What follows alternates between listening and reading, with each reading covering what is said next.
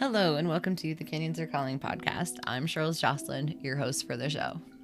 Sorry for the delay. I tried to get this out yesterday, and it was so windy. The window in the room next to where I record was vibrating, and it kept going brrrr.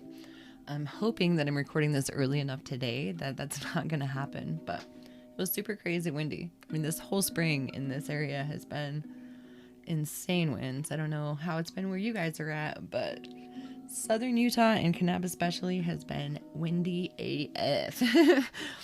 I have a favor to ask all of you.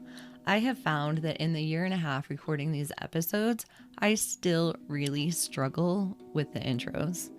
So I feel like I really get excited to talk to the people that I'm interviewing because I get to see their face on the screen and I get to interact with the people.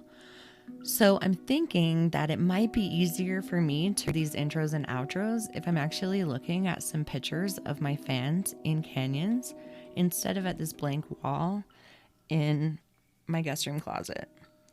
So if you would be interested and want to send me a photo of you in the canyon, I will print it out and put it on my wall so I can look at my fans and get more excited about doing these intros because I feel like I'm talking to dead air and I know that there's people out there listening. I can see the numbers on my Anchor page getting higher. So I know that I have more fans out there and I want to feel like I'm talking to you guys instead of to this blank wall. So if you could help me out with that, just send a picture to thecanyonsarecalling@gmail.com and I will print it out and put it on my wall. Then I'll know I'm talking to somebody. Anyway, I also want to shout out to my Patreon supporters. Patreon is a place where creators can get support from their fans. And because I don't have any sponsors for this show, that's the only way that I get financial support to be able to purchase things like sound equipment and my computer and things like that. So if you would like to support this show, if you feel like these stories are valuable to you, you can go on to patreon.com/thecanyonsarecalling and pick any tier from $2 to $20, or you can make a one-time donation. And all of that financial support just goes to help me create this show. It also helps me support things like the Ouray Canyon Festival, which we will be going to in August. So August 10th through the 14th, we will be there in Ouray. If you'd like to sign up for the Ouray Canyon Festival, they're having an early bird special for June. So the sign-up's only $55 if you sign up in June. If you wait until July, it's going to go up a little bit. And then the week before the thing in August, it will go up again. So save yourself a little bit of gas money, sign up early, and we'll see you in Ouray. I'm also going to be at the community center one of the evenings recording some live podcasts so you can tell stories about your favorite Ouray canyons during the festival if you want to be on the show. So as I have mentioned before on the show, I am really not awesome at Instagram, but Brian Krauss reached out to me on Instagram in October, and he thought it'd be awesome to do an episode about what not to do in canyoneering. And it's kind of made me think about some of the things that I did in the beginning when I just was learning how to do canyoneering and I wasn't wearing a helmet. I didn't really know how to set anchors. I didn't really know how to self-rescue. And so I definitely thought it would be a great idea to get him on the show and talk about what he has learned in his 13 years of canyoneering and compare it with what I've learned over my time. I've been doing it for 11 now. So in the beginning, you think you know a lot, and then the more that you're out there and the more that you see, the more you realize that you didn't know what you didn't know until you realized, until you learned something. And sometimes those lessons are learned the hard way.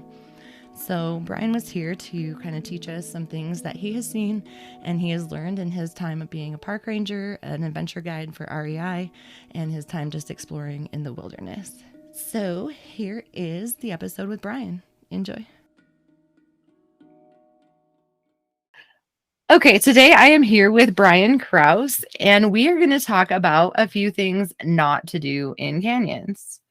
But first of all, Brian, how did you get into the outdoors and canyoneering? That's a great question. I didn't have the typical upbringing in it. I had a very rudimentary suburban Midwest upbringing. I was born in Arizona, moved out there, came back and got invited on a hike. And I was 20 when I went on my first hike, and it totally blew my mind, changed my life. It was in the Superstition Mountains, and it quickly became not enough just getting out hiking. And I think a lot of people end up in canyoneering because they have that itch that certain other things don't scratch. So on a hike in Sedona, we came up on this dry fall, and I thought to myself, like, man, if you had like a rope or something, you could come from the other direction. And I went home Googling thing and assuming I had to like make up this sport. Like, oh, you could have like a rope and you can go down things with ropes, right? So Google things, discover, oh, not only do I not have to make this up, it's called canyoneering. It's been around for decades. Um, and that was actually, if you know a guy named Todd Martin, he published a book called Arizona Technical Canyoneering. Hmm. This was the month that that book released. And I know because I went to the bookstore in Flagstaff where I lived and I saw it. It was like brand new and shiny. I thought, oh my God, this is it. I went home, I practiced all the techniques listed in the book. Um, and I just got sucked in. I mean, you know the process. People get into canyoneering, suddenly their Facebook picture changes, they're on a rope, and that they're off to the races. They just go whole hog. Hmm. And yeah, that was coming up on 13 years ago. So I've been at it for some time now. Oh, very nice. Yeah. Yeah, I remember I was like learning how to rock climb, and then my friend took me through Spry, Yeah. and I was addicted. I was What? spending like I had no idea this Yeah. stuff existed, and like around the corner and down a drop, it's going to be completely different than what Yeah. you were just looking at. And And it yeah, and it I was would at spend nights just like, what else is there? What else is there? What yeah. else can I see? And I think that's what keeps people hooked on it because it's something that if you're that personality type that thrives on that feeling and you live in this area, you'll do it for decades. You'll do it for the rest of your life because the landscape has enough to offer. So, well, Yeah. yeah, once you drink the Kool-Aid deep, I mean, you're in it. So saddle up. Well, and then you find out about areas like Arizona and Yeah, the waterfall areas like Pacific yeah, Northwest and Ouray, and there's just yeah. so many, all the Oh other yeah, countries that and have. we're hooked and we're in it. Yeah, Yeah, it's never gonna let us go. So we might as well be good at it. we just don't have enough time. Yeah. Okay, Hmm. so then you decided that you were going to get into the sport, and I did. I taught myself how to rappel. That was a semi-arduous process because with no one there to explain the physics of it, you take a few falls and where weirdly were enough, you like teaching yourself how to rappel? What did this is that in I lived in like? Flagstaff, so I found literally like a little canyon behind the Museum of Northern Arizona. Okay. I rigged up on a tree and I went back. I went 3 days in a row and I just was like, I'm going to figure this out. It's funny that I didn't even think to go to a rock climbing gym or anything. I just like bulldozed through it myself. Wow. And that's why, and then I had Todd's book. I was all fired up. And that's why the theme of this interview, like the things that you don't do, means so much to me because I did my first technical descent and I got rescued because I got lost. So that's a whole story in its own. I did all my research on my own and I decided to do a really cool short technical canyon go drops into Sycamore called Babe's Hole Spring. Really user friendly, not technically challenging. I practiced all this stuff. I bought all the gear. I had everything lined up, but I knew no one that did it. Hadn't really reached out on the internet or anything back then. And my friends, thought I was nuts, but they also insisted, like, if you get lost or whatever, like they weren't even outdoorsy. They were like, if you just don't come back, what do we do? So they made me leave a phone number for search and rescue, which I didn't even think of. I thought they were silly for even asking. Because I was like, what? I just drive out there, do it, and come back. Like, come on. Like, what's the worst that could happen, right? It's silly. So the irony of the whole day is that the technical descent was actually like the safest part of the day. Like I had really done my research and looked up all the anchor techniques and how to set things. The canyon's really, like I said, is really user friendly, so it doesn't throw too much at you. It's beautiful. Um, and I descended the canyon fine. It was great. I was riding that high that we all get and explored up a side drainage of Sycamore and then all my series of good decisions that I thought I had made met one critical failure. And it was that I didn't know how to read a map. And the exit trail from the end of the canyon is about, maybe it's not even a quarter mile. It's like 800 feet from where the canyon ends. And it's just a great maintained Forest Service trail back up to your truck. And I wandered 6 miles too far down Sycamore Canyon in a half panicked, like increasingly anxious, just nervous state. Daylight was fading. I like at one point, I've told this story a lot, but I sometimes leave this part out. But just to get real about it, and about what the psychology of getting lost can be like. At one point, I convinced myself it would be a better idea to climb a series of ledges out of the canyon and hike overland back to my truck than to just turn around and go back the way I came. So I got about, Sycamore Canyon there is about 700-800 feet deep. I got about 100 feet up, and in a gully, a root broke I was holding, and I slid about 30 feet back down this gully to the bottom and hit the deck. Thought I was all right, but I was like, check myself over quick. And I was like, I literally had to say out loud, like, Brian, this is nuts. You're not going to die out here. And that kind of flipped a switch in my head. I went and I picked a spot because the light had faded. I picked a spot. I went to sleep and woke up to the sound of a helicopter overhead. And my friends had, like they said, they needed to know how to do. They called search and rescue. And I knew nothing about search and rescue. I was thinking like, oh, that's, guys, that's these guys that wear orange shirts and they have big backpacks and they come looking for you. And I woke up in a start. I grabbed my pack. I stood in the bottom of the canyon and this helicopter was circling. And I waved like crazy when they were overhead, and they circled around. They dropped down and they picked me up. I went back and got a ride back to the airport with Flagstaff. So that was day one. Wow.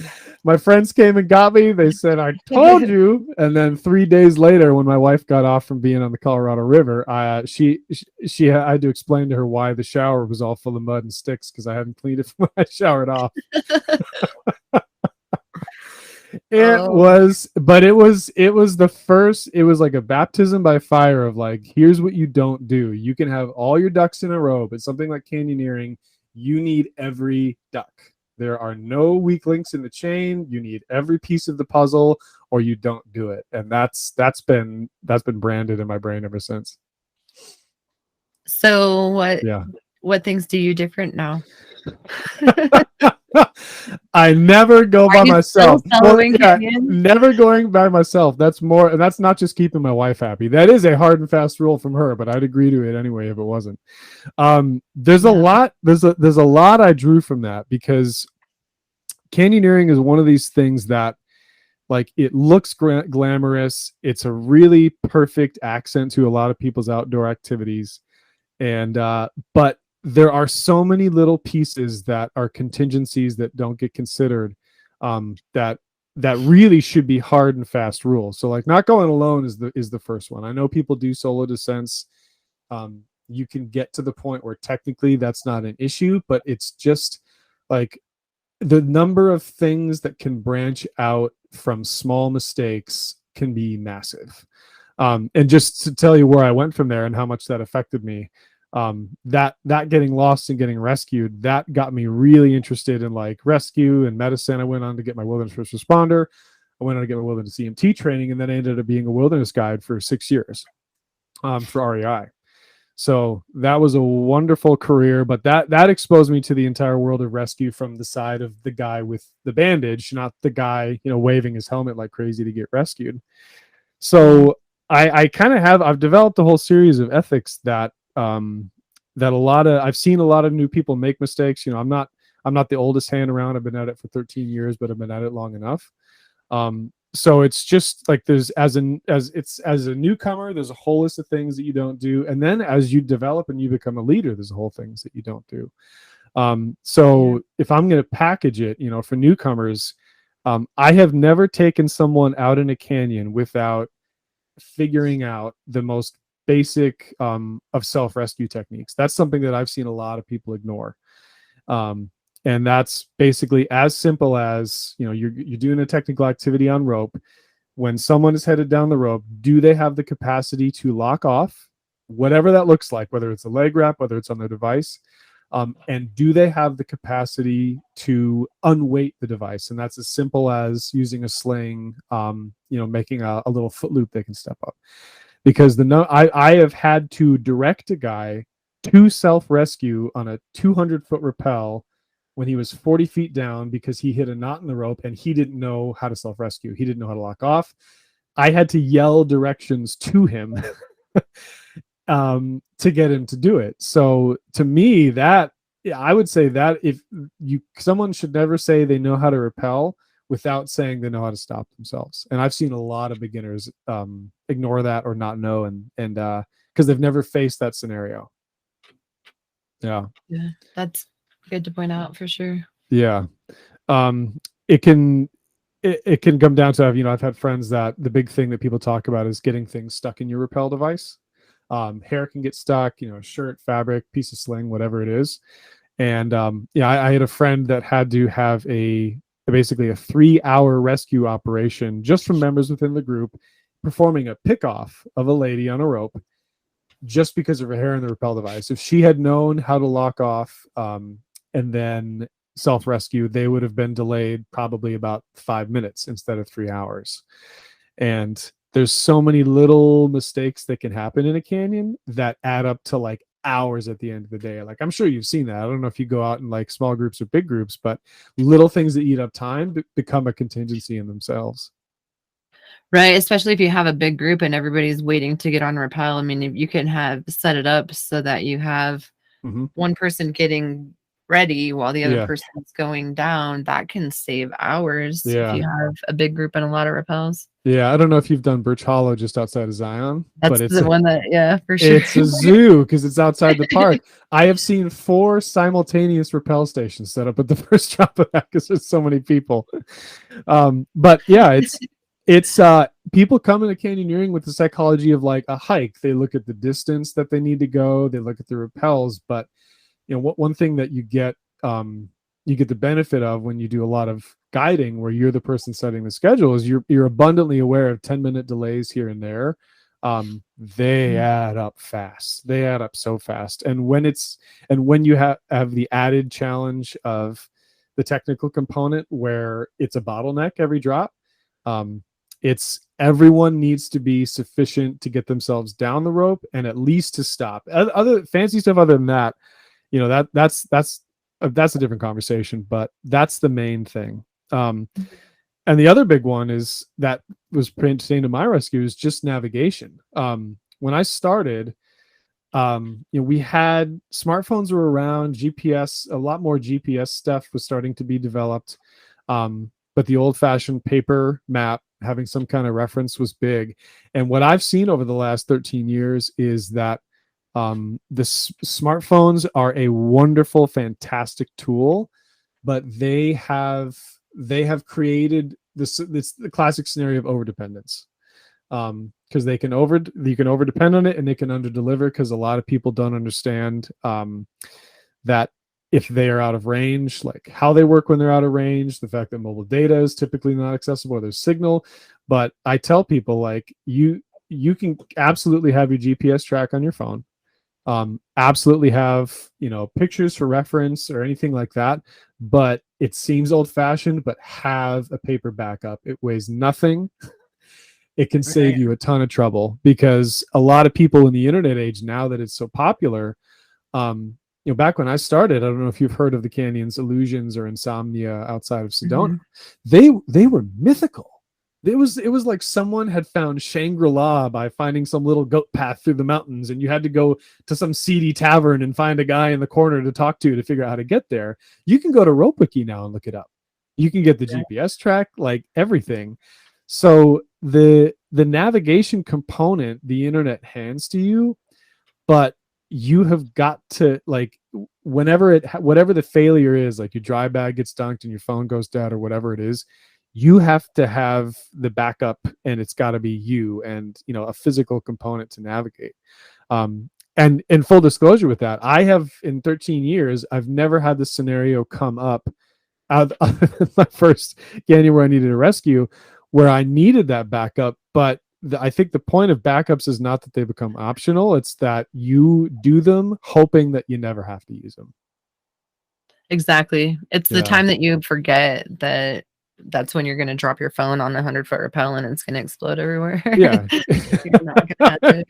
Good luck piecing that back together. Right. Yeah. Yeah. And yeah, I agree.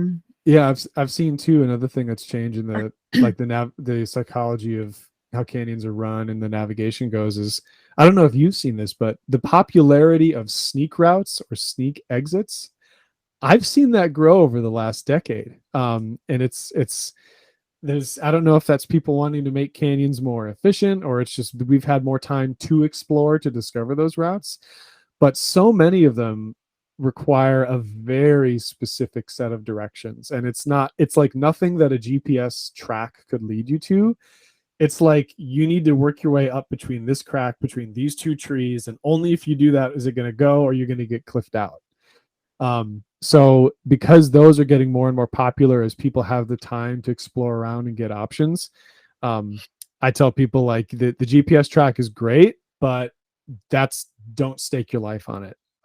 Make sure that you get very specific directions, have someone who's gone before in the party, or use the internet, reach out to one of all the groups that we have now that we didn't have when I started, because chances are someone's gone and they can give you really good reference. And that can make or break your day, whether or not, like, whether do I climb up here, or is it that crack, 10 feet to my right? Also, another thing that I want to point out is like more than one person on the trip should have the beta and the map, because I was, this was years ago, I was taking some friends to Capitol Reef, and at that time I was going through a breakup. So my mind was on a lot of other things. And so I did forget a lot of things that particular trip. Yeah.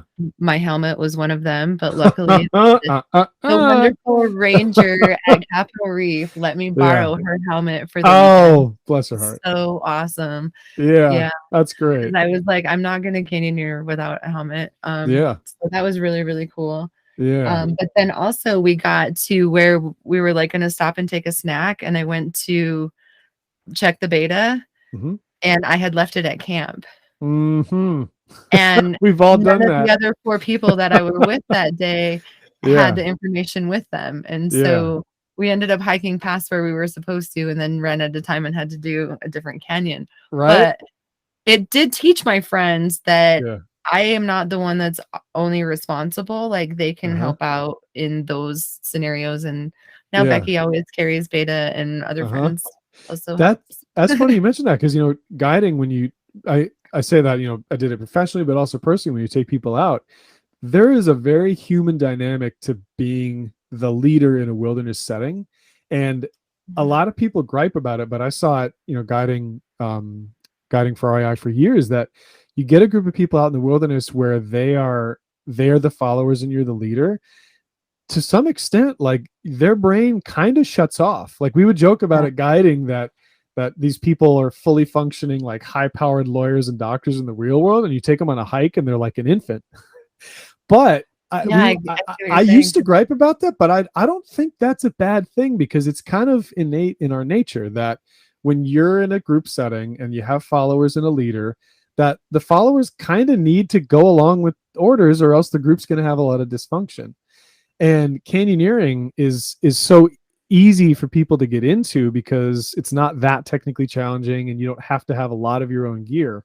That I've seen that a lot, that you're handing someone this experience, but even if they feel like they can just go on autopilot along for the ride, you kind of have to buck that instinct a little bit, because they do have to step up to the plate a little bit. So, like, what I say is, that's like, at a minimum, can you self-rescue, just the most basics?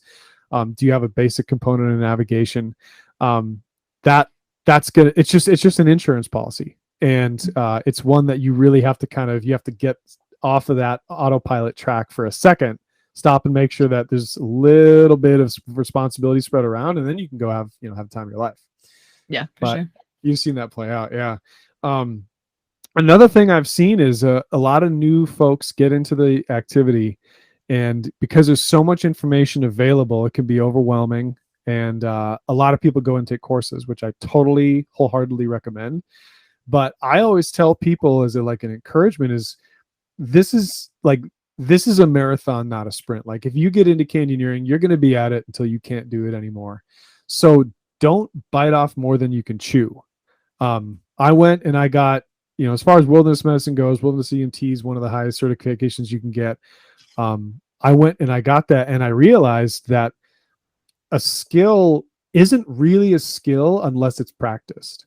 So if people take advanced rope work courses or anything that's getting into like any kind of technical rescue, and they do it recreationally, if it's for your enrichment, fine and beautiful and wonderful. But when push comes to shove, unless it's a skill set that you are actively refreshing, you really, to be safe, shouldn't consider it a skill, because your brain only holds on to what it needs to. And if there's a knot that's somehow crucial and you learned it 2 years ago and haven't touched it since, you don't know that knot. You shouldn't be putting that into action in a scenario where someone's life is on the line. So I tell people, like, it's not that canyoneering you have to be like super serious and super professional all the time, but it's like, get the basics down, and be comfortable with that, and understand how to, if it's a bunch of more advanced rope stuff, it's like there are professionals for that. If you can self-rescue or know enough to get yourself out of a bad situation, you don't need to know how to set up a haul line necessarily to go out and have fun canyoneering. It can help, but you'll really make sure that you keep your skill set at a level that is fresh and you can manage. And that's different for everyone. But I think I would rather go with a group of people that are all competent at a low level than like take two that are like uber canyoneers and everyone else is a total newbie that doesn't know anything. That's like I said, it's just a good insurance policy to have. Yeah, for sure. Yeah. I like that. Yeah. And the other side, I mentioned that like once you've been a newcomer for long enough, you can eventually become like a de facto leader. And I would never call myself that. I haven't taken like actual professional courses as far as leading canyons goes, but I do it on my own, so it's kind of a gray area. But the biggest thing I've seen now, and I'll bounce this off you, see if you've seen that, is that as a leader, you cannot make any assumptions about someone's skill level based on what they say. And the biggest adage I've seen of that is that rock climbers are not canyoneers. I love rock climbing to death. I love the climbing community, but the most trouble I've ever had in canyons has been someone who thought their rock climbing experience or knowledge made them already competent at canyoneering. And the gear is the same, but that's kind of where the similarities end. And I think it's really easy to be like, oh yeah, we're going to take this group out. They're a bunch of climbers. And rappelling in a Class C canyon is very different than climbing at the gym. And a lot of dynamics to account for that you just don't encounter in a static environment.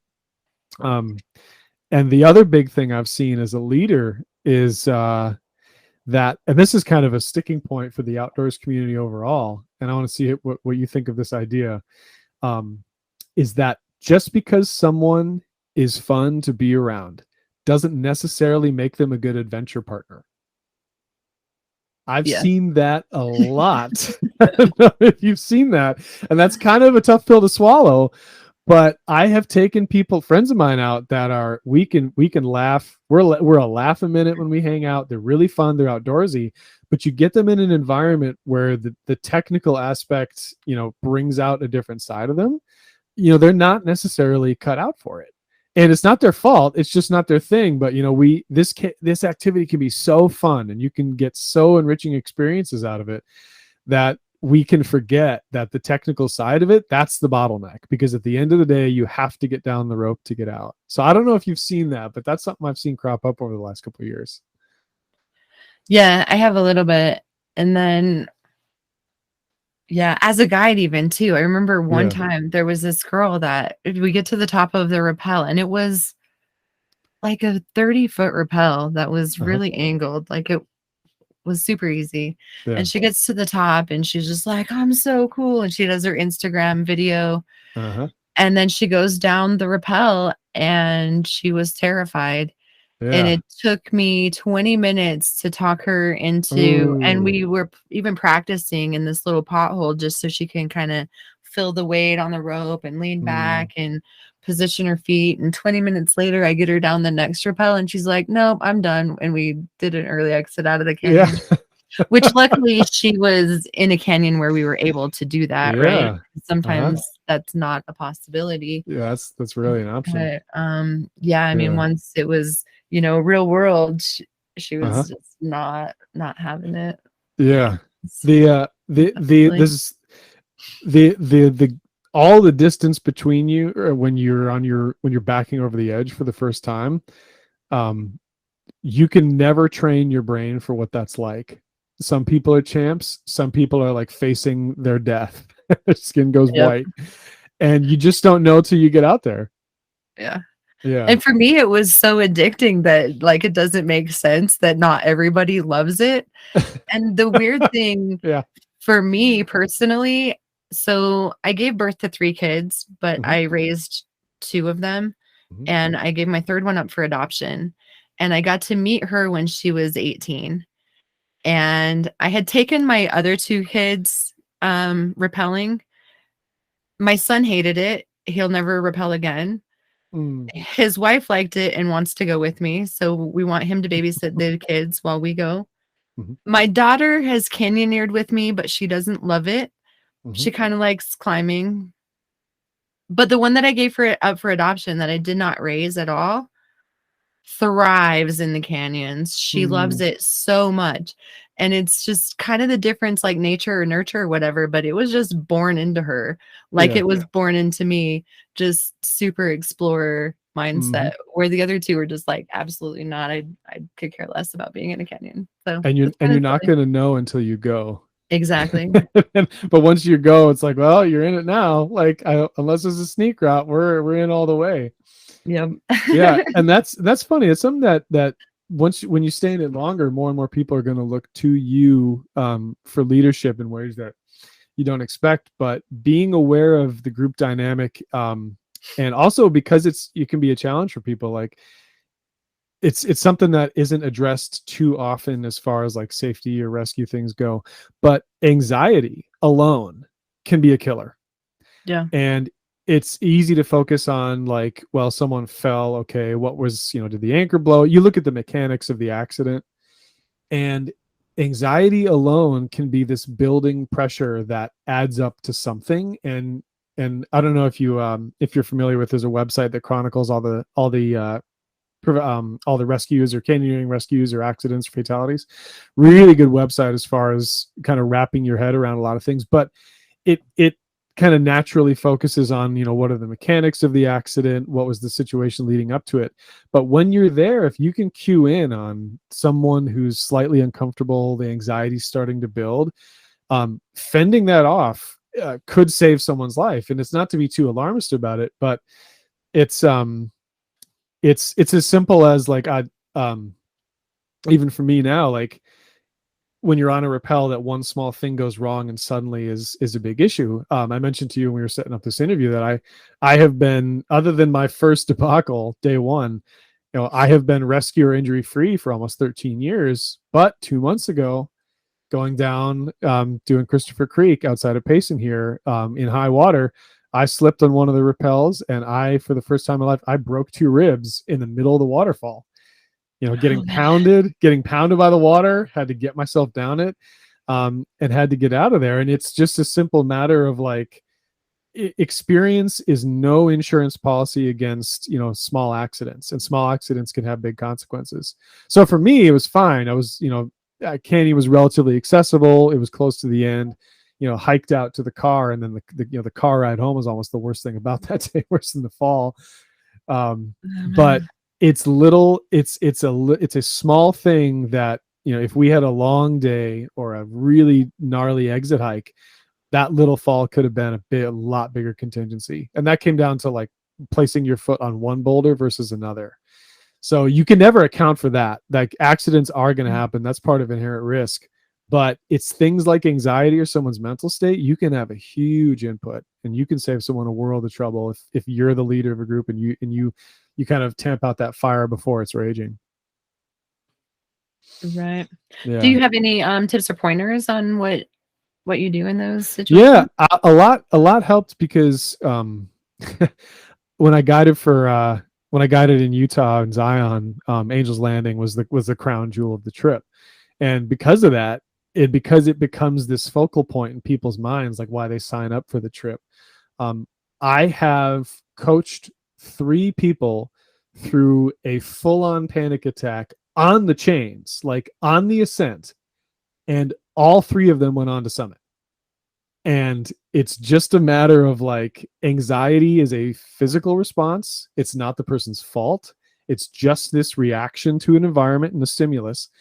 And if you know that anxiety is a set pattern, you can stop the pattern. Anxiety is always, a building sense of kind of concern, worry, heart rate, respiration start to go up because the body's sensing a threat, whether it's actual threat or not. And what we call the panic attack, that's only when it crests. That's when the adrenal response happens. The whole system is on overload. And this will happen to people like on rappel. I've had this happen, where the guy, that wave, it peaked when he was on rappel. He had to stop. We had to like explain to him, we have a belay, you're not going to fall. And you have to let the person ride the wave. And the only way you can do that is basically, I tell people, like, this is your body responding to something. You can't control that, but what you can control is your breathing. Those 3 people ascending Angel's Landing, I helped them through that peak just by breathing. I was like, you breathe with me. We're going to breathe at the same time. And like clockwork, it comes and then it goes. And those 3 people summited. The guy in rappel, as soon as he had his composure back, I was like, dude, I'm right there with you. You're going to get down. We're going to get out of here and have lunch. It's going to be the best damn burger you ever had.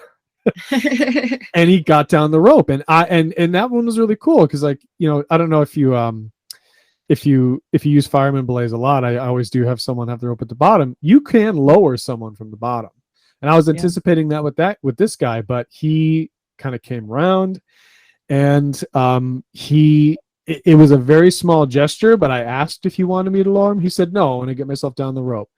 So he got a little sense of ownership over his position. And that was massive for his mindset.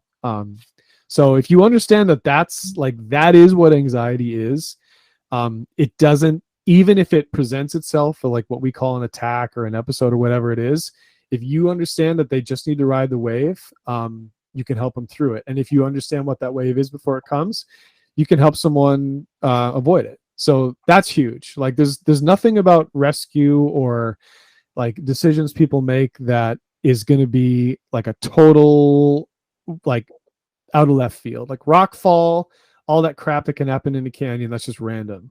But the brain, we all have them, and we learn a bit more how they work. You can save yourself a lot of trouble.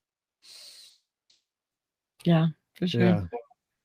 Yeah. And that's basically, if I tell people like that you're going to get out with me, that's kind of my what not to do in a nutshell. I really think I have had the best experiences of my life canyoneering. I've seen landscape that, I mean, I'm kind of preaching to the choir here, but you've seen landscape that you will never see anywhere else. We live in the right place at the right time. We get to do it. And I'll take anyone out who's willing to go. I just make sure that I'm equipping them with what they need, and that those things are not going to be a barrier to the enjoyment that they can have, because it's changed my life. I've been at it for more than a decade, and I want to equip as much people as can to be able to get out there and to do that. I've just seen enough of what stands in the way of that, and that's what keeps me going as far as all that is concerned. Because having the professional training is one thing, and the psychology of it's another, but at the end of the day, I'm like, dude, I just want you to see what I've seen, man. I just want you to feel what I feel. Like, you get out there, and right. I want you to ride that high, man. And I don't want a knot or like some rope technique to get in the way, man. Like, I want you to ride it and feel it. So that's why I do it. Yeah, it's a lot of people approach rescue in and of itself, like it's a means to an end, and bless their hearts, those people go on to be like search and rescue people. They go on to work for organizations, and bless their heart. But for me, I'm like, dude, I just want you to feel what I feel, man. I'm like, I'm in here for the experience. So it's super rewarding. I've introduced people to the sport that it's helped change their life, and I would not trade it for anything. It's so fortunate to live in this region, have this landscape available to us. I wouldn't trade it for the world. I agree with you 100%. Like, Yeah. this is the best addiction I have ever had. Yeah. For you, 100%. you mentioned guiding. For you, guiding, was that guiding in a technical environment like canyoneering? Yeah, I guided for a company that's no longer in Kanab. It was called Seldom Seen Adventures. Yeah. That's how I actually moved to Kanab, is I was guiding for this company, and they talked me into moving over from Virgin to Kanab, which big move, long drive. Yeah. It was a great move. But then that company fell apart, and then I started working for Tom Jones and Imlay Canyon Gear. Oh, wonderful. He makes the best stuff. Yeah. Yeah. I think so. And then for you with guiding in a technical environment, would you have guests? You know, I never got to do that. All the guiding I did was just a regular hiking on the ground. Okay. Do you think do people show up ready for the challenge? Like, do your average people do their homework, or did you see a lot of people that got caught off guard by the technical element? The one girl that I mentioned before, I mean, she knew what she was getting into. I think that once she got there, the actual height and just being there took over. For the most part, they knew what they were getting into. Yeah. There were kids, like teenage kids. The parents would sign up for a family event, and they weren't really sure what they were getting into. Yeah. This one family in particular, I've talked about them a couple of times, but it was a girl that was a ballerina. She was a teenager. I want to say about 13 to 15. I can't really remember. And everything in her life had been completely controlled. And the way that the anchor was at the time, it's now been changed and they put a bolt in, but it used to be off of a root that was stuck in the slot. And so you kind of had to swing a little bit and then drop down for the first like 15-foot rappel.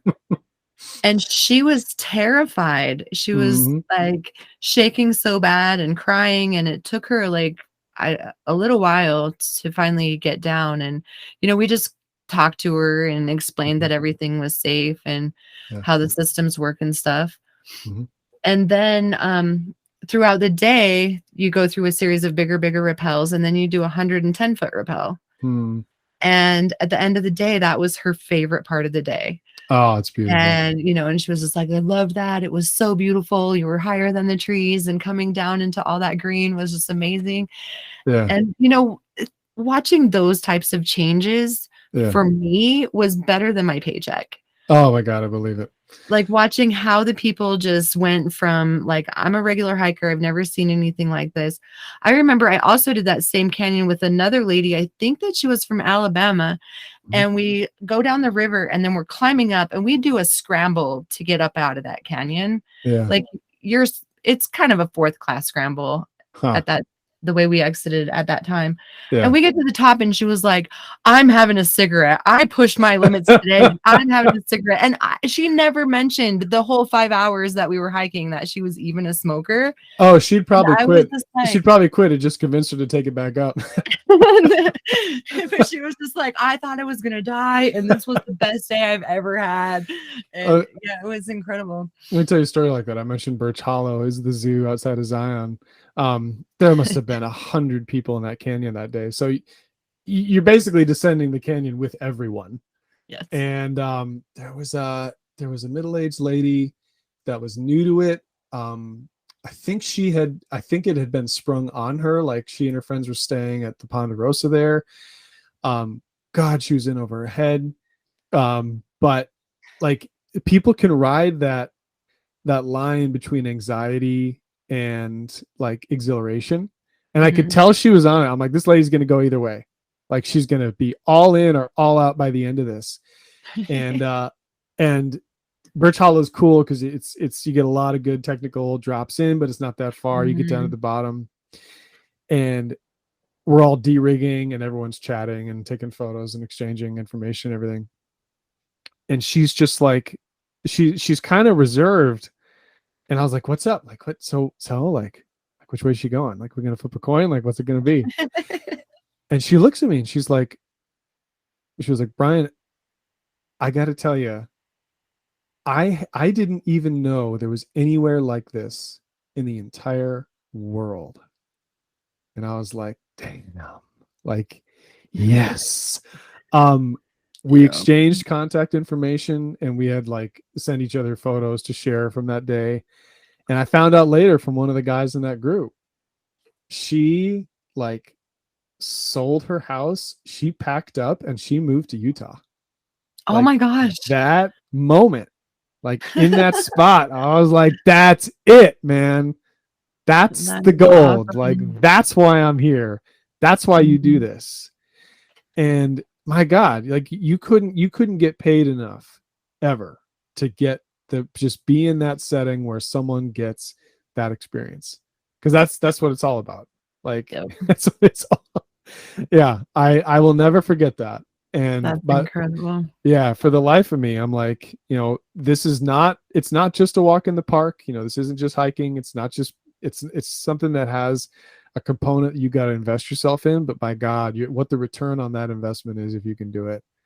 I wouldn't trade it for the world. I just love it to death. Yeah. One of my other favorite trips, I showed up to pick up the family. It was the first time I ever guided a canyon by myself. Usually I had an assistant guide that went with me. Yeah. So I show up to meet the family, and it's a 3-year-old and a 5-year-old and their parents. And I had never canyoned with kids this young. I don't think they make harnesses that small, do they? No, well, we have these Petzl ones that are just like basic webbing Petzl harness that they did shrink really small. But yeah, not ideal, I don't think. Yeah.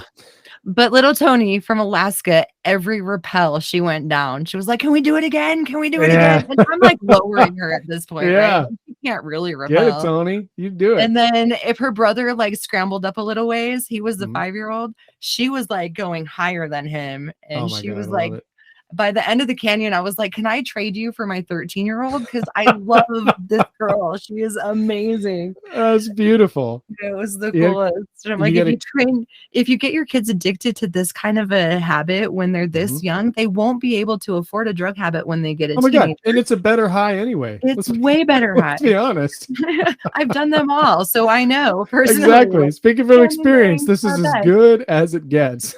Yes. And if you're gonna die anyway, you might as well be having fun and not just like stoned out of your mind. So that's how I feel. Every kid should get out and do canyons. Yeah, if you can get them hooked early, you're going to give them something. You're going to give them a benefit to their life that you couldn't equal with anything else. Yeah, it pays returns on that investment over and over and over and over. Yeah, I'll never stop. I've got 2 girls now, and they're gonna. It's amazing for me. I had to wait till I was in my 20s to do it. It's going to be old hat to them. They're going to be old hands by the time they're 20. And that's really cool to think about because we live at a time when the information's available. If we had been in the 70s or the 80s and picked this up, dude, you would have been like hoping to run into a guy at the gear shop, maybe that knew what he was doing. Everything is really easily handed to us. The gear is affordable. But that's kind of pushed the sport in interesting ways over the last 13 years. We have a phenomena here in Arizona that's been kind of funny, that it's canyoneering has shifted. And I don't know if this is an online thing or what, but it went from being a really niche kind of hardcore thing. But I feel back in the old days, because all the canyons we did were really off trail, really remote, really rugged. And now we have the phenomena of what I call like Sedona canyoneering. I don't know if you've been to Sedona, but there is not a gully or like a minor depression in a cliff that has not been descended and like bolted and has a name as a canyon now. It's That's so crazy. everything in Sedona, like every minor drainage is now a technical canyon that someone's gone down. And that seems to get a lot of the traffic. And as a result, we're getting a ton of new people in the sport, but we're also getting a ton of rescues that you hear about the conditions leading up to it. You're like, oh God, it's those guys again. And the sport is really evolving in interesting ways. And I can't say whether or not the online component has been a good thing or a bad thing, because like rescues have gone up. But the dynamic that all of us that have been at it for a while, I think that we have to avoid is this pull between like, this thing has changed my life. It's a huge part of it. And I have no more right to it than anybody else. But these idiots keep going out and getting themselves like killed or lost. And I say that as one of them, man. Right. And it's this constant push and pull between how do we do this thing, but do it responsibly? How do we keep access to these spots, but not have them get overrun? And I think if you've been at it for a while, like get involved in something, like whatever it is where you're at, like we're the ones that have the benefit of experience. And whether you have the experience that you lead a group safely through a canyon, or like, how your local land manager works and what their attitude is, and if any policies are shifting, you could take your canyoneering background and you can bridge it into a lot, and that could make the sport safer for everyone. That could make land managers more willing to make concessions for it or to make allowances for it. But I think that because it's blossomed so much in popularity over the last couple of years, that it's going to be on us, the generation that's rode with it for the long term, to have a vision that keeps it safe and keeps it accessible, because no one else is going to vouch for it except us. Right. So whatever that looks like, I don't care where you're at. There's some kind of activity you could get involved in, above and beyond your groups that you lead, that could help keep the sport viable. Because like we've seen with canyoneering in Grand Canyon, a handful of guys advocating for it kept it accessible. The Park Service could have just said, like, you know what, it's too big of a risk. Like, we don't want to do the rescues. We don't understand what's going on in there. We don't understand what's going on. And I'll say this: the job I work now as a ranger in Arizona, where I live. So I see the land management side now. It is so easy when faced with something you don't understand just to say no, because there's only a few people that are going to get upset, and you are saving yourself loads of liability. So the idea of keeping the activity safe and accessible, like, it's all hands on board effort, because land managers could just say no. And there's a few enough of us that we couldn't raise enough of a fuss.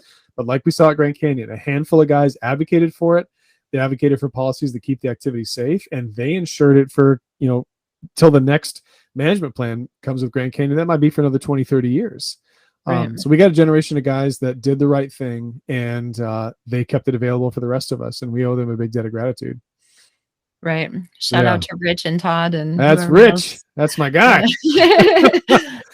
Love that man. That had a big part in it, but I'm sure there was others. Yeah, so that is like, if this, if my first whole pitch was like what not to do, now it's like what to do. Right. Then we as a community need to respect what the Park Services are asking us, or like the Navajo Nation is asking us, and not overstep those boundaries, because that's going to cause issues for the canyoneering. With the COVID shutdowns, I know that the reopening, like just an example, the reopening of the Salt Trail down to the LCR, that was up in the air. Like, the chapter house was genuinely debating, is it worth the headache of having these? They just view us as outsiders, and you understand from their perspective, is it worth having these guys have access to the roads? They come in, are they going to be leaving trash? Are they going to need to be rescued? And they decided to reopen it. That wasn't a guarantee. I mean, something like Big Canyon, like my God, if you can do a canyon in Grand Canyon, do Big Canyon. It is I had it on my list twice. Oh my God, it's a miracle. Canceled from weather. Love it. But I just found out it was reopened. God. So yeah. It is. And that my point with that is, that wasn't a guarantee. It was up to the good graces of the Navajo Nation. And thank God that enough of us are doing it right that they decided to do it. But no one goes into a scenario thinking, like, no one is in a rescue scenario focusing on typically anything other than the initial impact and the safety of the person who's harmed. But there could be a rescue scenario that convinces the land manager to bring down the hammer. So the more of us take it seriously, the less of those scenarios that we're going to have to face. And as a community, you're investing in the community overall. If you teach someone how to lock off and suddenly they don't need rescuing, it's everything. It's a big spider web that we're all connected to each other, and it can not feel like it because canyoneering is also spread out over all the backcountry, and we can only run into each other online, but we're all laying pieces of the puzzle, and we can do it well or we can do it poorly. Yeah. 100%. Yeah. And even just like trash in the canyons and graffiti and things like Mm-hmm. that, like we all need to work together to mitigate that. Yeah, and I think one thing that's good about the canyoneering community is they have really buckled together to do things like that. There've been a lot of group like volunteer projects and things like that, and a lot of good online cleanup efforts. Cleanup efforts, or like publicity for like advocating for certain policies. And if we keep that up, we're gonna keep at it forever. It's just on the older generation now, I think, to do things right, to teach newcomers, to give them their own sense of autonomy and how they go. And I think it'll be better for all of us. Agreed. Yeah. Well said. Yeah. All right. Is there any other things that you learned to not do during your time canyoneering? I don't want to hit people with too much. I think that's about it. If I go on any longer, I'm going to be like the Canyon Grinch. It's just like, don't do this, don't do that, stop having fun. I don't want to be that fun guy. In canyons. No fun in canyons. We need safety first. Yeah. Just maybe as a last thing, kind of a send off. This is an adage in like the wilderness medicine and the rescue community overall, that safety first is bullshit. If safety genuinely was first, you would never leave your house. You would never drive a car. You would never touch a rope. Safety is critical, but it is not first. Your experience, the thing you're looking for when you go out there, that's your motivation for getting there.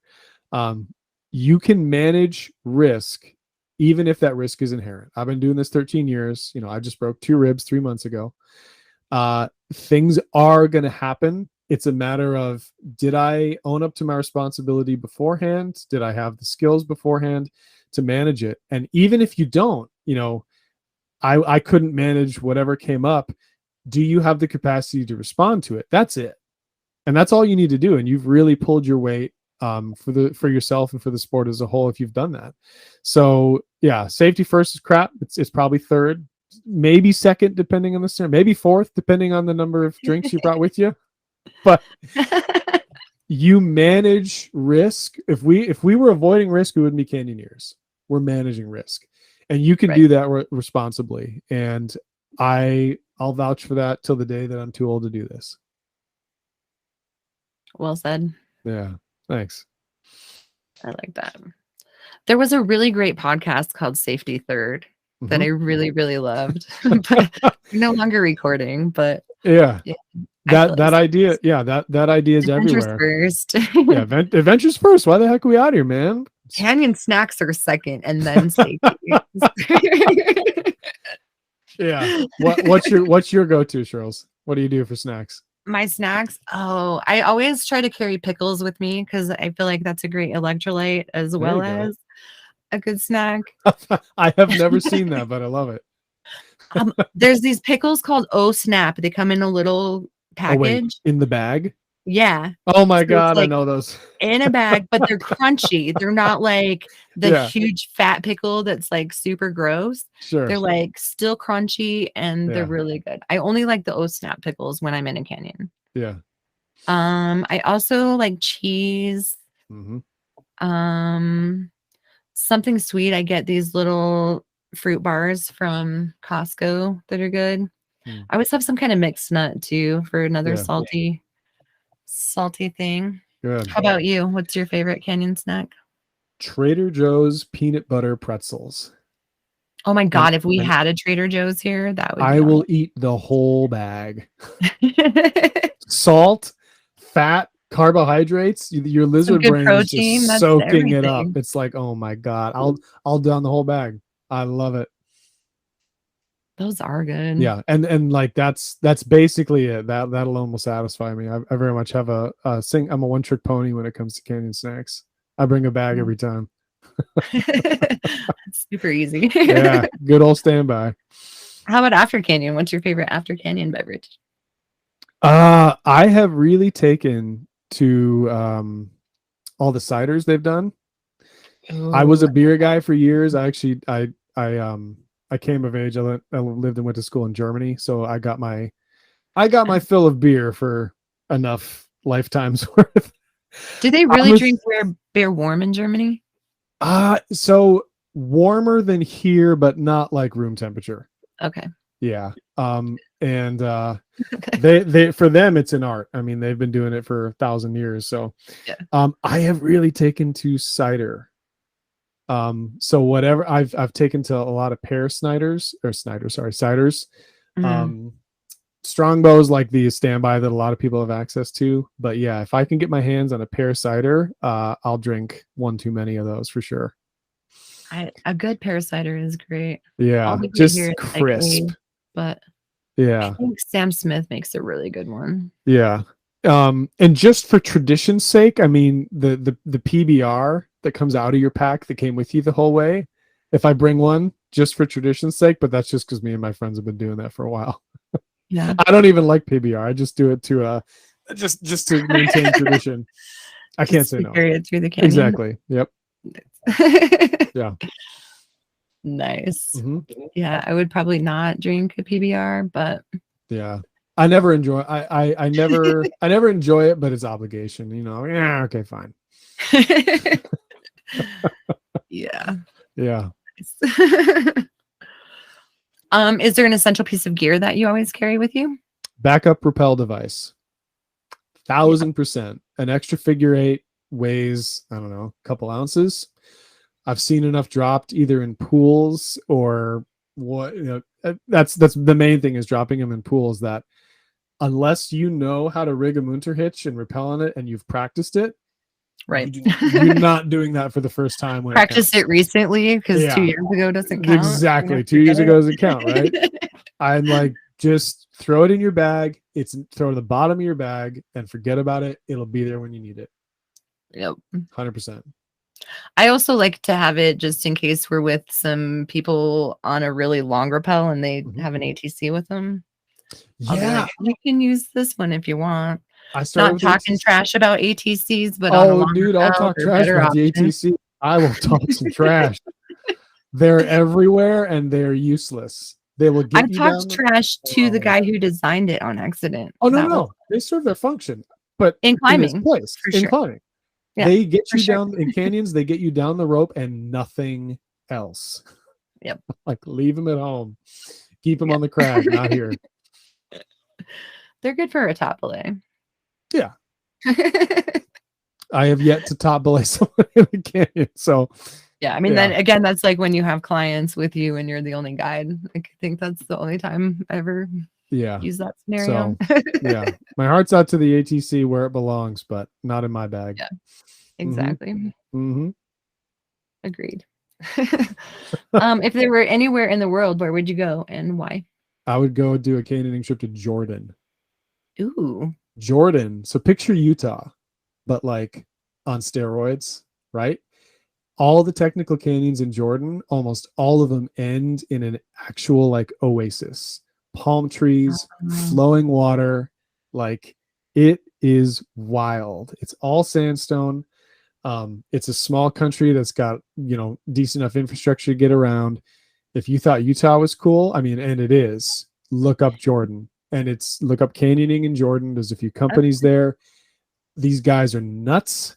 All their gear is compiled from like whatever they can get around the world. They'll wear helmets sometimes. They have their headscarves. Like it is wild looking at the pictures of these guys getting out, but it is world-class canyoneering.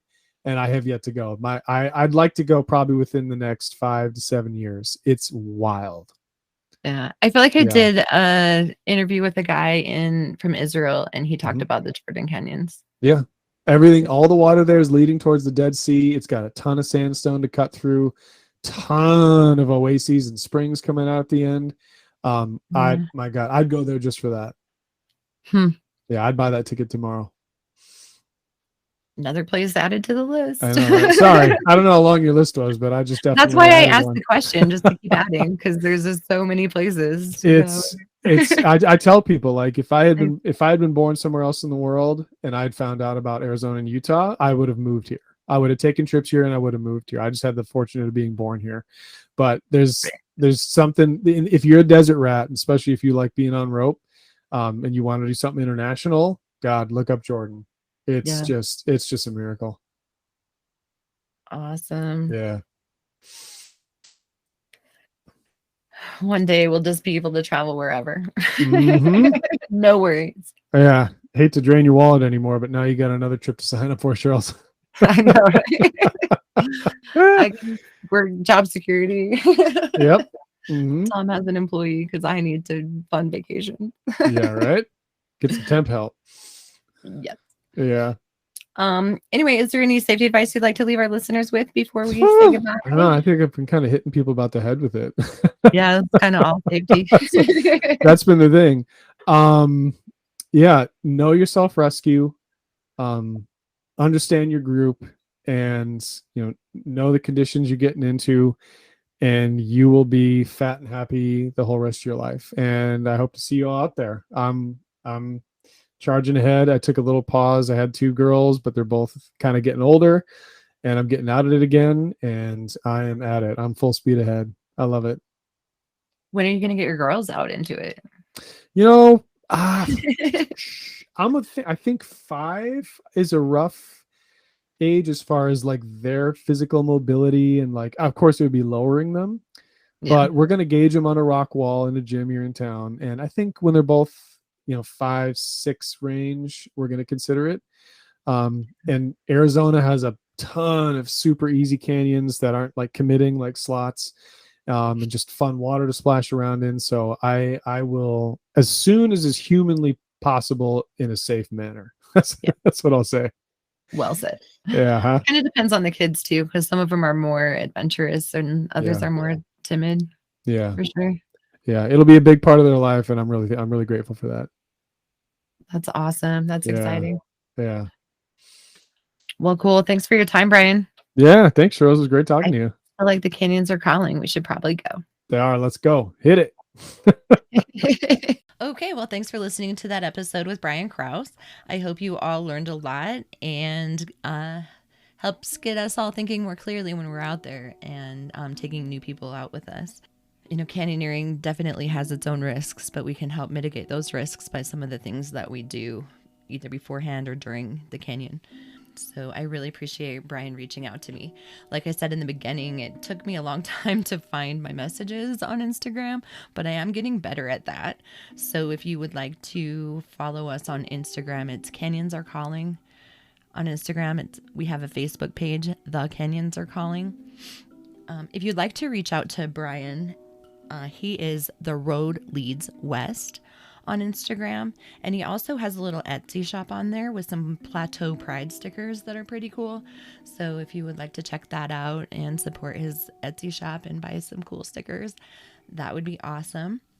Also, if you have an idea for the show, or if you want to email me a photo of you in the canyons so I don't feel like I'm babbling to a blank wall here, please send them to thecanyonsarecalling@gmail.com.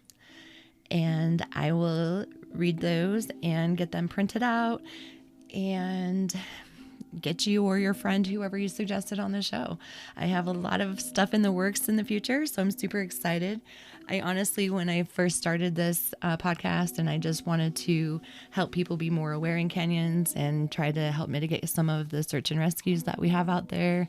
Hopefully help people stop doing graffiti in canyons and stop pooping in canyons. I really had no idea where the show would go. And because of people like Brian, and because of people like previous episodes, Nicole and Kevin, and just getting people out there, the show has really took a different turn than I thought it would, and it is very exciting and awesome. So I hope to get more content out for you guys, and if you have a idea for the show, let me know. I'm gonna stop babbling to this blank wall, and until I get some pictures up, the the canyons are calling. Gotta go.